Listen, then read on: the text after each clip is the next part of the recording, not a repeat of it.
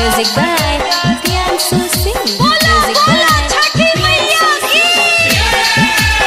सुन लगे करे जा। आप सुन रहे हैं अभिषेक बनारसी को। प्रेमी के पियरिया दौरा वाले के जइबई हम छठी मई से दिलावा के बतिया बतइबई।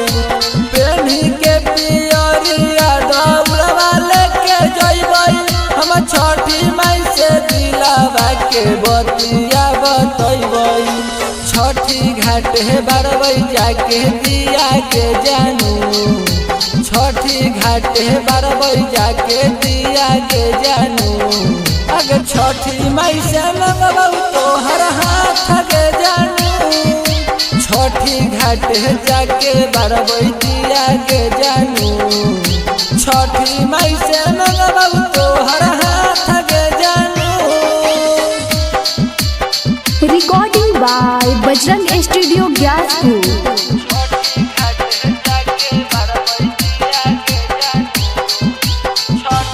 Mix by Pooja Yadav. बोला बोला छठी मैया की। जाई के बाजारे से नरिया लगा ले अइबई गे। अगर जोड़ी के दोनों हाथ छठी माई के ध्यान लगइबई गे। सुन ले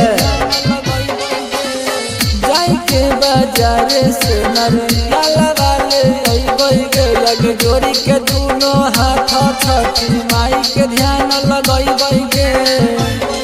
आगे छठी मैया के कृपा से बनतई जोड़ी के जानू। आगे छठी मैया के कृपा से बनतई जोड़ी के जानू। आगे छठी मई से मंगबऊ तो हर हाथ के जानू। छठी घाट है बारबई जाके दिया के जानू। छठी मई से मंगबऊ तो हर हाथ के जानू। छठी में से मांग लोगे।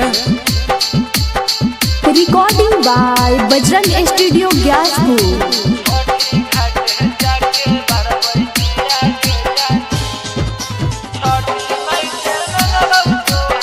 बोला बोला छठी मैया की। छठी माई के करबई हम दिल से पूजा माया के बन के तू कन्हैया अभिषेक के अंगना में के जा। छठी माई के करबई हम दिल से पूजा माया के बन के तू कन्हैया अभिषेक के अंगना में।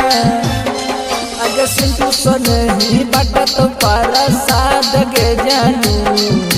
सिंधु सनही बाट तो प्रसाद के जानू। आगे छठी मई से मंगबऊ तो हर हाथ के जानू। छठी घाट है बारबई जाके दिया के जानू।